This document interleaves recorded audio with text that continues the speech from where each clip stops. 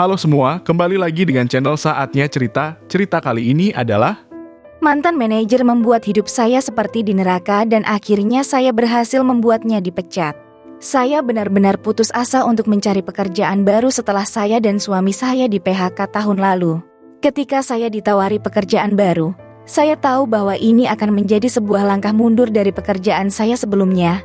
Namun manajer dan timnya tampak baik, dan hal itu tidak berubah. Namun, karena manajer saya, Gary, sangat sibuk, pada dasarnya dia menugaskan saya ke manajer lain, Jane.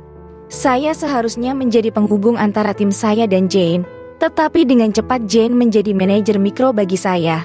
Dia akan meminta saya untuk bekerja sampai makan siang, memindahkan atau membatalkan hari libur, menelepon jam 11 malam di akhir pekan, dan memerintahkan saya melalui telepon.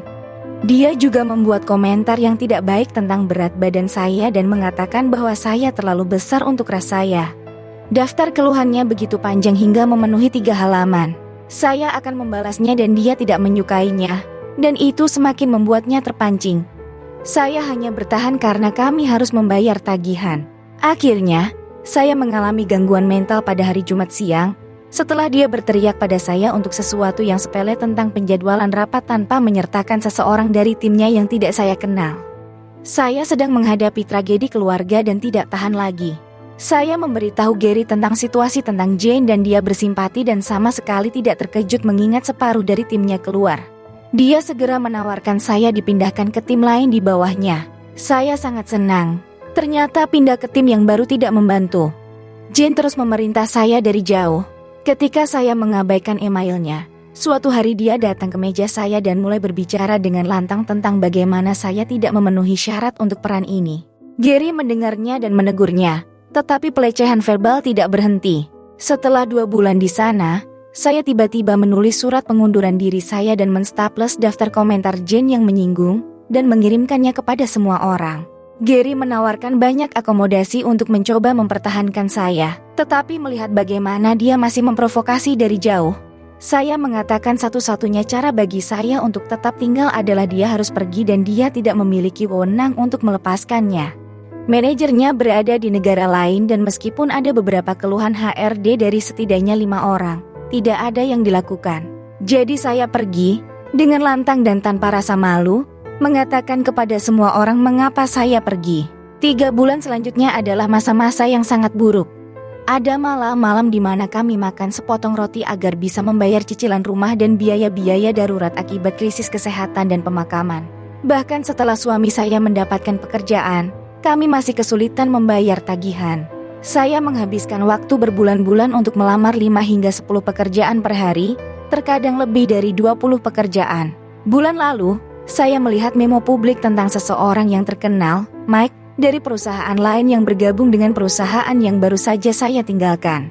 Saya dulu bekerja dengan Mike secara dekat dan mengirimkan pesan singkat kepadanya, "Selamat Mike, beritahu saya jika Anda membutuhkan wawasan dalam tentang tempat yang baru." Kami melakukan panggilan telepon singkat di mana saya menceritakan beberapa seluk-beluknya perusahaan tersebut, di mana saya pikir mereka bisa berinovasi.